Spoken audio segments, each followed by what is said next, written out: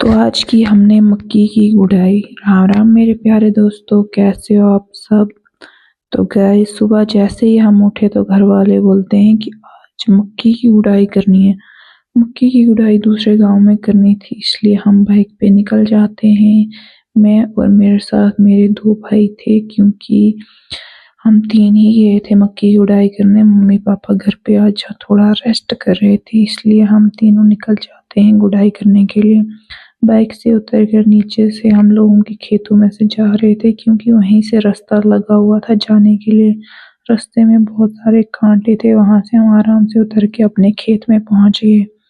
کھیت میں دیکھا تو مکی کم اور بیٹس زیادہ لگی تھی، مطلب جس کو ہم کچھ بولتے ہیں۔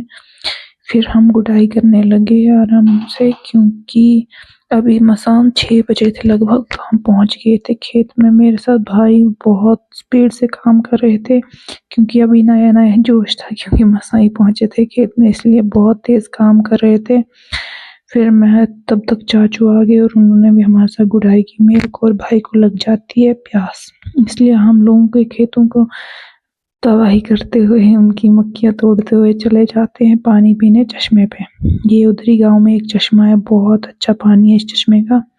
میں اور بھائی جیسے ہی چشمے پہ پہنچے تو دیکھا تو وہاں پہ کسی کا سامان پڑا تھا۔ ہم نے سوچا ادھر کوئی انسان بھی آیا ہے پانی لینے، بٹ ہمیں دکھا نہیں، وہ پتہ نہیں کہاں چلا گیا تھا۔ تو اس کے بعد بھائی نے بھی ہاتھ دھوئے، میں نے بھی، کیونکہ مٹی سے بھر گئے تھے وہ ویڈس وغیرہ نکالتے ٹائم۔ تو پھر ہم نے پانی پیا ہاتھ دھو کے اچھے سے۔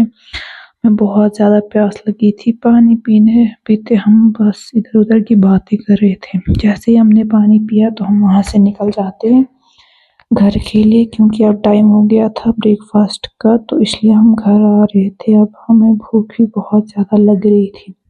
بھائی بولتے ہیں چلو شاپ سے کچھ لے لیتے کھانے کے لیے۔ میں نے بولا ٹھیک ہے لاؤ، اگر تمہارے پاس پیسے ہیں تو۔ ہمارے کیشر نے پیسے نکالے، کھانے کے لیے کچھ مکسچر وغیرہ کلفی وغیرہ لائی، تو ہم نے وہ جیسے ہی کھائی تو ہم گھر کے لیے چلے آئے۔ بائے بائے، ملتے ہیں نیکسٹ میں، تب تک کے لیے گڈ بائے۔